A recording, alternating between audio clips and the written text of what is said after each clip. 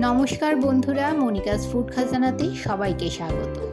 আজকে আমি তৈরি করব ফ্রুটস অ্যান্ড নাটস কেক। ডিম ছাড়া গ্যাসের চুলায় কিভাবে খুব সহজেই কেক তৈরি করা যায় সেটাই আজ আমি আপনাদের সঙ্গে শেয়ার করব।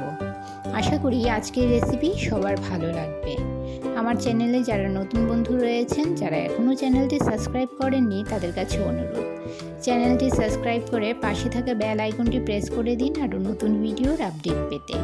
আর যারা ফেসবুক থেকে ভিডিওটি দেখছেন, তারা ভিডিওটিতে একটা লাইক দিয়ে পেজটি ফলো করুন। তাহলে চলুন শুরু করছি আজকের রেসিপি। প্রথমেই গ্যাসের চুলায় একটা প্যান বসিয়ে দিলাম ও তাতে নিয়ে নিয়েছি 1 কাপ কমলা লেবুর রস। এখন তাতে দিয়ে দেব 2 চামচ আমন্ড বাদাম, 2 চামচ কাজু, 2 চামচ কিশমিশ, 1 চামচ হলুদ টুটি ফুটি ও 1 চামচ লাল টুটি ফুটি। বাজারে আপনারা এই টুটি ফুটিগুলো পেয়ে যাবেন, কিন্তু আমি এই টুটি ফুটিগুলো বাজার থেকে আনিনি। টুটি ফুটিগুলো আমি ঘরেই তৈরি করে নিয়েছি। আপনারা যদি টুটি ফ্রুটির রেসিপি জানতে চান, আমাকে কমেন্ট করে জানাবেন। এখন 1 মিনিট নেড়ে নিয়ে গ্যাসের ফ্লেম বন্ধ করে দেব ও এভাবেই রেখে দেব 1 ঘন্টা, যাতে এগুলো অরেঞ্জ জুসের সঙ্গে খুব ভালো করে সোক হয়ে যায় ও নরম হয়ে যায়। কেক তৈরির জন্য আমার বাটার মিল্কের প্রয়োজন। নিয়ে নিয়েছি 1 কাপ পরিমাণ নর্মাল টেম্পারেচারে রাখা দুধ ও তাতে দিয়ে দেব 1 চামচ হোয়াইট ভিনিগার। ভিনিগার না থাকলে আপনারা 1 চামচ লেবুর রস ব্যবহার করেও বাটার মিল্ক তৈরি করে নিতে পারেন। দুধের সঙ্গে ভিনিগার মিশিয়ে নিয়ে বাটার মিল্ক তৈরি হওয়ার জন্য একটা সাইডে রেখে দেব 10 মিনিট। এখন একটা পাত্রে নিয়ে নিয়েছি রুম টেম্পারেচারে রাখা 2 টেবিল চামচ পরিমাণ বাটার ও 1 কাপ ক্রাশ করা চিনি বা পাউডার সুগার। এখন বাটার ও চিনি একসঙ্গে ভালো করে ফেটিয়ে নিতে হবে।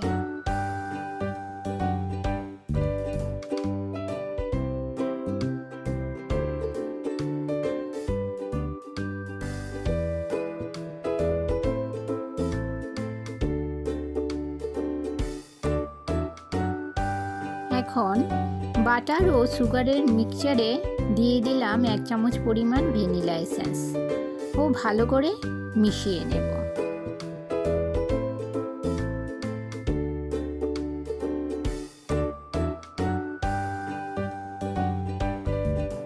এবার গ্যাসের চুলায় একটা পাত্র বসিয়ে দিলাম ও তাতে দিয়ে দিলাম একটা খাবারের স্ট্যান্ড। একটা ঢাকনা দিয়ে ঢাকা চাপা দিয়ে 10 মিনিট আমি এই পাত্রটাকে গরম করে নেব। আপনারা কড়াই অথবা প্রেসার কুকারও এই কেক তৈরি করতে পারেন। এখন কেকের জন্য ব্যাটার তৈরি করে নেব। একটা চালনি নিয়ে নিয়েছি ও তাতে দিয়ে দেব 2 কাপ পরিমাণ ময়দা।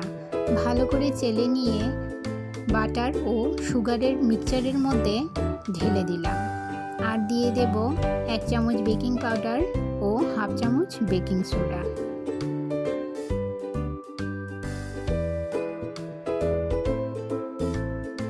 এবার ময়দাটাকে চিনি ও ব্যাটারের মিশ্রণের সঙ্গে খুব ভালো করে মিশিয়ে নিতে হবে। একটা স্প্যাচুলা নিয়ে নিয়েছি ও স্প্যাচুলার সাহায্যে উল্টে পাল্টে ভালো করে ময়দাটাকে মিশিয়ে নেব। এখন দিয়ে দেব তৈরি করে রাখা বাটার মিল্ক ও ময়দার সঙ্গে খুব ভালো করে মিশিয়ে নিতে হবে, যাতে কোনো লাম্পস না থাকে।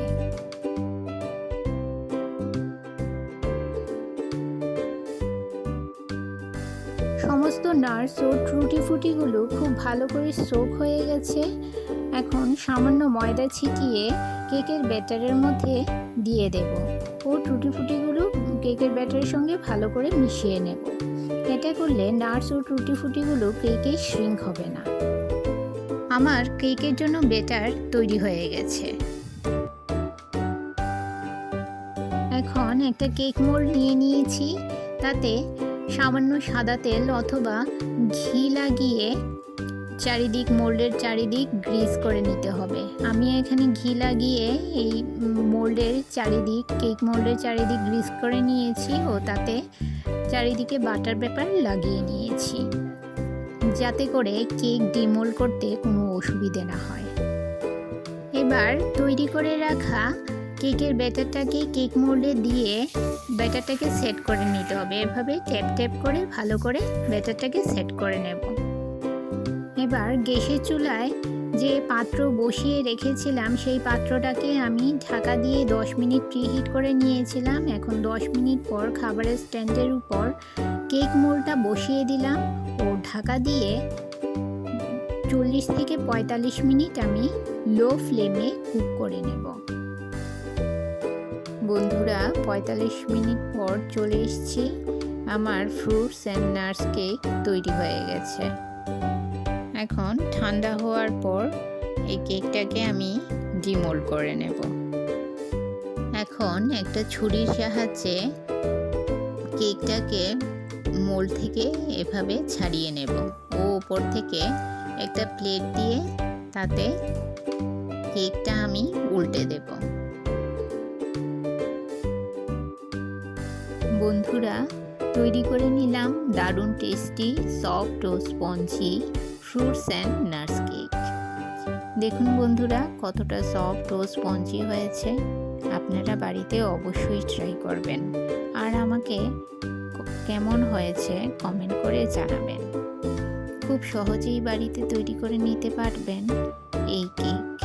রেসিপি সম্বন্ধে যদি কোনো ওপিনিয়ন থাকে আমাকে কমেন্ট করে জানাতে পারেন। আর ভালো লাগলে লাইক ও শেয়ার করে দেবেন আপনাদের আত্মীয় ও বন্ধুদের কাছে। তাহলে আজকে এই পর্যন্তই, সবাই ভালো থাকবেন।